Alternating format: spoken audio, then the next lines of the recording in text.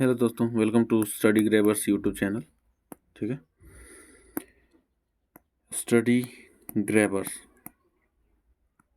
के official channel पे आपका स्वागत है। और जैसा कि मैंने पिछले वीडियो में बताया था कि ये जो सीरीज़ है इसमें मैंने खुद के नोट्स को लेकर के खुद के नोट्स के थ्रू आपको बहुत सारी चीज़ें जानकारी देने की कोशिश की है, जो कि आपके यूपीपीसीएस के आर ओ एग्ज़ाम में आर ओ या फिर एसएससी का कोई भी एग्ज़ाम हो, या फिर कह सकते हैं यूपीएससी का प्री हो, चाहे अदर एग्ज़ाम्स जो हैं उनमें सभी में क्वेश्चन जो पूछे जाते हैं साइंस के, और वो भी खास करके इस वीडियो की हम बात करें तो उसमें बायोलॉजी, ठीक है, बायो से जो भी क्वेश्चन पूछे जाते हैं वो सारे के सारे क्वेश्चंस आपके यहाँ से सॉल्व होने वाले हैं।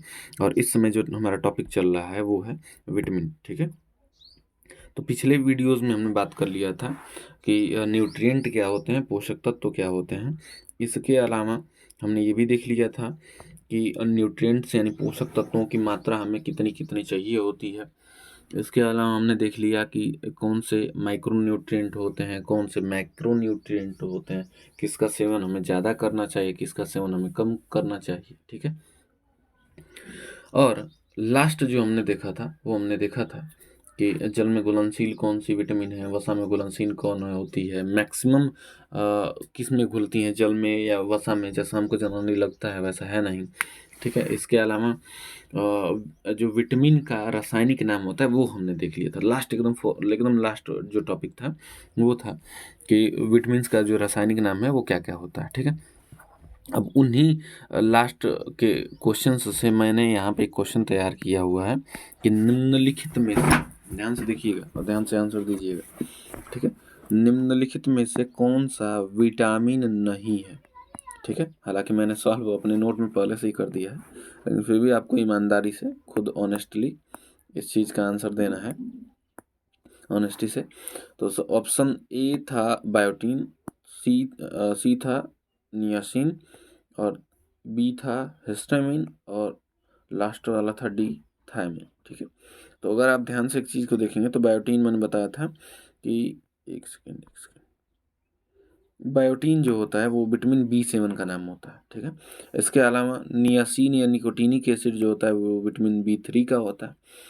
उसके बाद थायमीन मैंने विटामिन B1 का ही नाम बताया था। हिस्टामिन अगर देखेंगे तो इस प्रकार का कोई भी विटामिन नहीं है, और यहाँ पे क्वेश्चन में भी वही पूछा गया है कि निम्नलिखित में से कौन सा विटामिन नहीं है।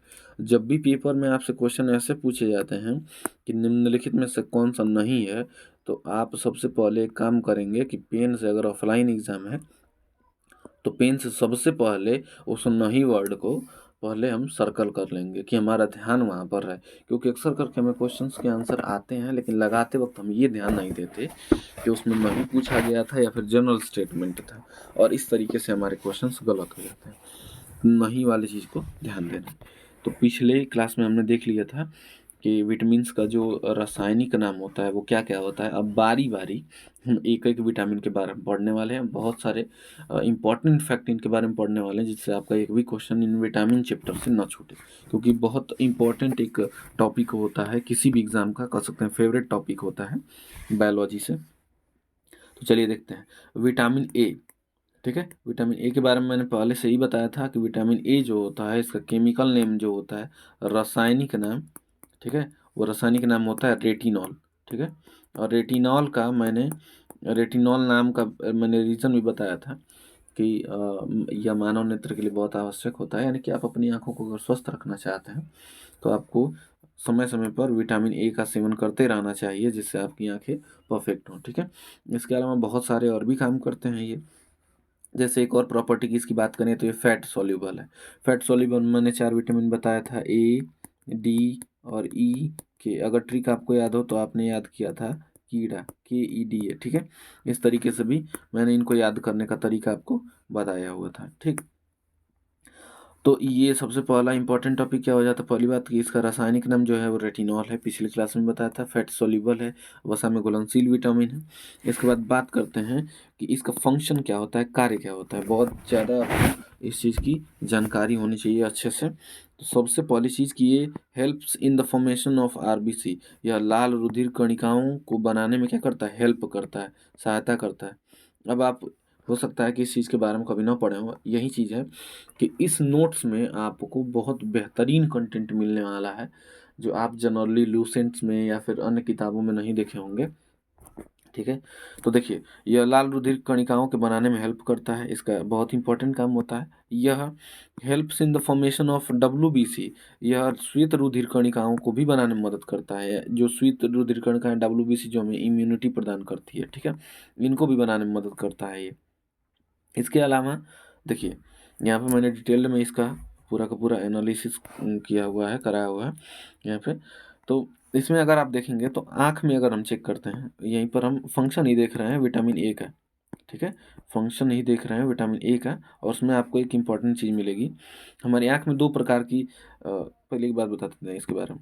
हमारे आँख के लास्ट वाले हिस्से में यहाँ पर यहाँ पर लेंस है, यहाँ पर ये जो सेक्शन होता है ये पाया जाता है रेटिना, ठीक है? और इस रेटिना में पिक्सेल्स होते हैं, जैसे कैमरा में पिक्सेल्स पाए जाते हैं, उसी तरीके से रेटिना में पिक्सेल्स होते हैं। केशिकाएँ होती हैं, कोशिकाएँ, उसी कोशिकाओं में 2 प्रकार की कोशिकाएँ पाई जाती हैं। एक होती है कॉन सेल और दूसरी होती है रॉड सेल। कॉन सेल को शंकु कोशिका बोला जाता है और रॉड सेल को शलाका कोशिका। यानी इनका आकार कुछ ऐसा होता है। ये हो जाती है कॉन सेल ऐसी, और ये हो जाती है रॉड सेल ऐसी, ठीक है? तो इन कोशिकाओं का इस तरीके से आकार होता है। अब इनका फंक्शन क्या है, इसमें देखते हैं।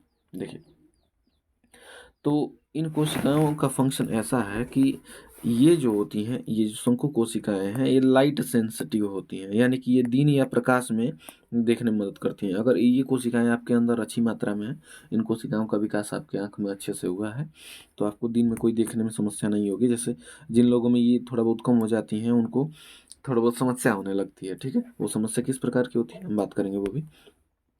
तो लाइट सेंसिटिव होती हैं, और ये जो बनी होती हैं, एक प्रोटीन होता है जिसका नाम होता है ऑप्सिन। ऑप्सिन, ठीक है? ऑप्सिन नाम के प्रोटीन से ये जो कोन सेल्स होती हैं वो बनी होती हैं, ठीक? इसके अलावा मैंने अभी रॉड सेल्स की बात की, शलाका कोशिकाओं की, तो ये जो रॉड सेल्स होती हैं डार्क सेंसिटिव होती हैं, ठीक है? अंधेरे में आपको देखने में मदद करती हैं। जैसे कनेक्शन थे, अंधेरा का मतलब शाम उनको, अगर मनुष्य में बात की जाए तो शाम को, नहीं तो अन्य ऐसे भी जीव हैं जिनको रातों में दिखाई देता है, ठीक है? तो ये जो बनी होती हैं वो रोडोप्सिन प्रोटीन से बनी होती हैं, रोडोप्सिन, ठीक है? ये ऑप्सिन है, ये रोडोप्सिन। ये रात में देखने में मदद करते हैं, डार्क सेंसिटिव होती हैं, ठीक है? जैसे अगर हम बात करेंगे उल्लू की, ठीक है? तो एक जनरल सा क्वेश्चन यहाँ से पूछता हूँ, उल्लू यानी कि जो आउल होता है, इनमें कौन सी सेल्स ज़्यादा डेवलप होंगी, कौन सेल्स ज़्यादा डेवलप होंगी या रॉड सेल्स? तो आपका आंसर होगा रॉड सेल्स इसके अंदर ज़्यादा होती हैं, क्योंकि जितना ज़्यादा मात्रा में रॉड सेल होगा उतना ज़्यादा रोडोप्सिन होगा, और रोडोप्सिन होगा तो डार्क सेंसिटिव होगा, यानी कि इनको अगर बात किया जाए तो अंधेरे में भी बहुत अच्छे से दिखाई देगा, ठीक है? उल्लू कहते हैं कि लोग दिन में नहीं दिखाई देता, उसका कारण ये होता है कि बहुत कम मात्रा में ही प्रकाश में वो देख लेता है, तो दिन में बहुत ज़्यादा मात्रा में प्रकाश उसकी आँख में पड़ने के कारण वो जल्दी आँखों को नहीं खोलते हैं या फिर नहीं देखते हैं, ठीक है?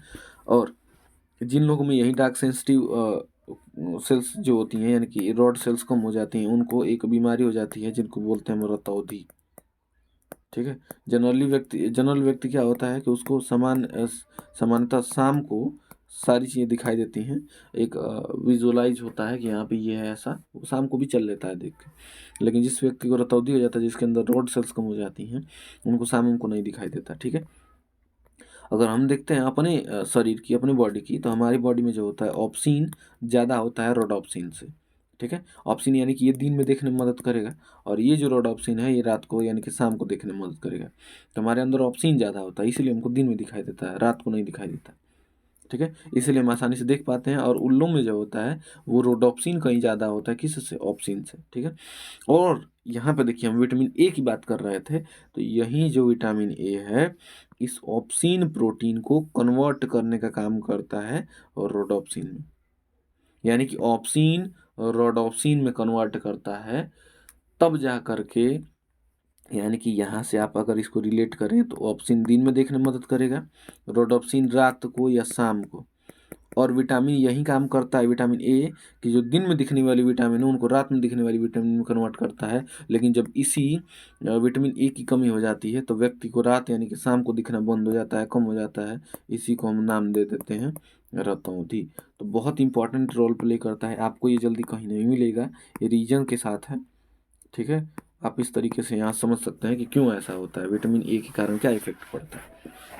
ठीक है, तो यहाँ पर एक इसका इम्पोर्टेंट काम क्या हो गया, it converts obscene protein into rhodopsin, यानी कि यह ऑप्सिन को रोडोप्सिन में कन्वर्ट करता है। ठीक है, इसके अलावा it helps in the formation of tears, आंसुओं के बनने में मदद करता है। जो आंसू जो होते हैं वो आंखों को नमी यानी कि हाइड्रेशन प्रदान करते हैं। ठीक है, हाइड्रेशन जब आंखों में कम हो जाती है, नमी कम हो जाती है, तो एक रोग होता है जिसको हम बोलते हैं जीरोप्थैल्मिया। ठीक है, जीरोप्थैल्मिया। ठीक है, ये भी हम पढ़ने वाले हैं आगे, ये हमको आगे मिलेगा। अब बात करते हैं कि विटामिन ए जो है वो विटामिन ए की कमी से कौन कौन से रोग होते हैं। ठीक है, तो सबसे पहली चीज़ आपको एक याद रखना है कि विटामिन ए जो होता है वो एक हार्मोन की तरह काम करता है। ठीक है, हार्मोन के बारे में हम अलग चैप्टर में पढ़ेंगे, इसमें हम डिस्कस नहीं करेंगे। तो सबसे पहली बात कि ये काम कर रहा था आरबीसी को बनाने का। ठीक है, विटामिन ए जो है वो आरबीसी को बनाने का काम कर रहा था। तो सबसे पहले तो अगर विटामिन ए की कमी होगी तो सबसे पहले यही आरबीसी बनाने का काम कम हो जाएगा। तो जब आरबीसी बनाने काम कम हो जाता है तो आरबीसी में क्या होता है, हीमोग्लोबिन बनता है। जब हीमोग्लोबिन कम हो जाएगा तो जाहिर सी बात है ब्लड कम हो जाएगा। ब्लड कम हो जाएगा तो वहीं आरबीसी की जो वैल्यू है बॉडी में वो कम हो जाएगी, और आरबीसी की वैल्यू कम होती है तो उसको बोलते हैं हम एनीमिया, यानी अरक्तता या रक्ताल्पता। ये भी क्वेश्चन बहुत ज़्यादा पूछा गया है कि ब्लड की कमी से कौन सा रोग होता है। ठीक है, तो विटामिन ए के कारण भी आपको एनीमिया हो सकता है। ऐसा नहीं है कि केवल आयरन ही एक ऐसा कंपोनेंट है जिसके कारण एनीमिया हो सकता है। हालांकि वो है कि विटामिन ए के कंपेरेटिवली में आयरन का ज़्यादा रोल होता है, लेकिन विटामिन ए भी रोल प्ले करता है।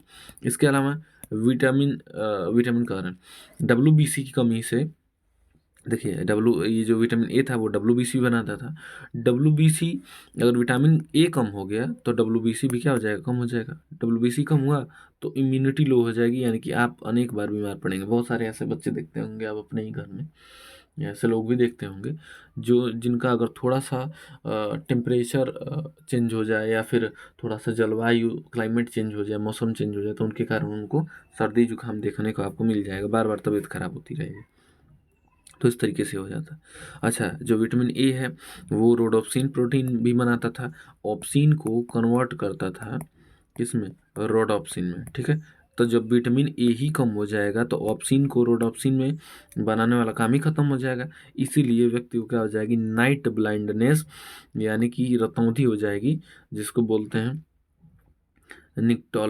निक्टोल्पिया। ठीक है, ये उसको बीमारी हो जाएगी व्यक्ति को, रतौंधी, शाम को उसको दिखाई नहीं देगा। ठीक है, इसके बाद मैंने बताया था कि जो विटामिन ए होता है ये क्या करता है, ये टीयर फॉर्म करता है। टीयर माने आंसू का निर्माण करता है। ठीक है, और जब विटामिन ए कम हो जाएगा तो जाहिर सी बात है आँख में आंसुओं की मात्रा भी कम हो जाएगी, तो आँखों में जो नमी है इसमें भी कमी आ जाएगी। इसी रोग को हम बोलते हैं जीरोप्थैल्मिया।